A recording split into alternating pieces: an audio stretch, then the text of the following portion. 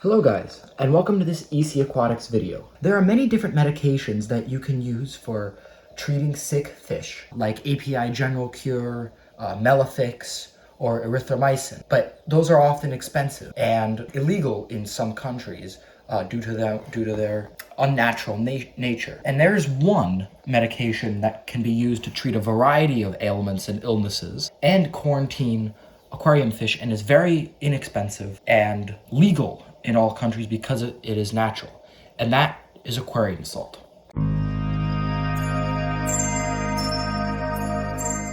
So aquarium salt can be used to treat funguses, parasites, and bacteria, as well as it can be used to quarantine fish to ensure that if your new fish have some sort of ailment, they won't end up passing it on to other fish in an established tank. Salt works by using osmosis. As the salinity of the water increases, water that is in your organisms, so in this case your fish and any parasites or bacteria or fungi that they might have, the water gets sucked out to try and balance the inside and outside of your organism.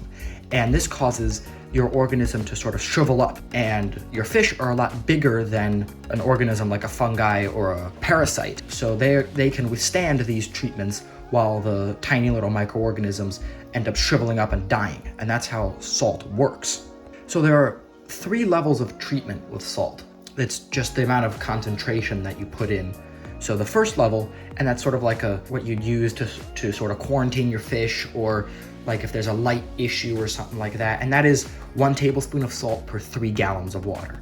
And that's sort of very light. It's like putting on some Neosporin on a cut or something like that. It's not a very heavy treatment, but just as a preventative, that's probably what you should use if you're quarantining your fish. And so the second level of treatment is 1 tablespoon per 2 gallons of water. And that's sort of a more strong treatment.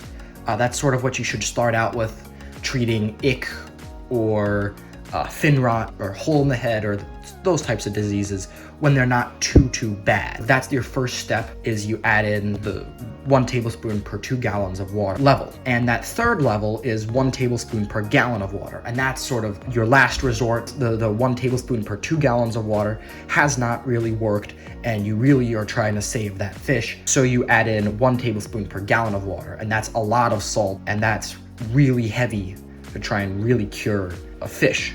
Salt, unlike other medications, does not dissipate out of the water, so it remains in there. So let's say you add in a tablespoon into a 2-gallon aquarium to try and cure some ick on a fish that you have. You do it once because it will not dissipate and leave the water. It'll remain in there. So if you dose every day, you'll end up creating a saltwater or brackish water environment and killing your fish. So I think this aquarium salt cost me, $5 or $6 at Walmart for a 64-ounce container. So it's very, very cheap. I did buy this, 2 or 3 years ago, so prices may have increased since then. But this salt is available at Amazon, in Walmart, at your local fish stores, at Petco and PetSmart. It's basically available anywhere that sells fish supplies.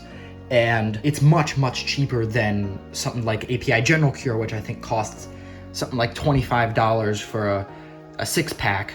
And that 6-pack may only last you a couple doses if you've got a bigger tank, while this lasts years. So it's much, much less expensive, and because it's natural, right? It's just salt. It's not illegal anywhere, where, like in Canada, I know a lot of medicines for aquariums are illegal for some reason, don't know why, but they are, and this is always going to be available in any country. Now, you can't substitute like kosher table salt for aquarium salt. Not quite sure why. I think the refining process is a little bit different, and I think kosher salt may have some more additives or something like that can be dangerous for your fish.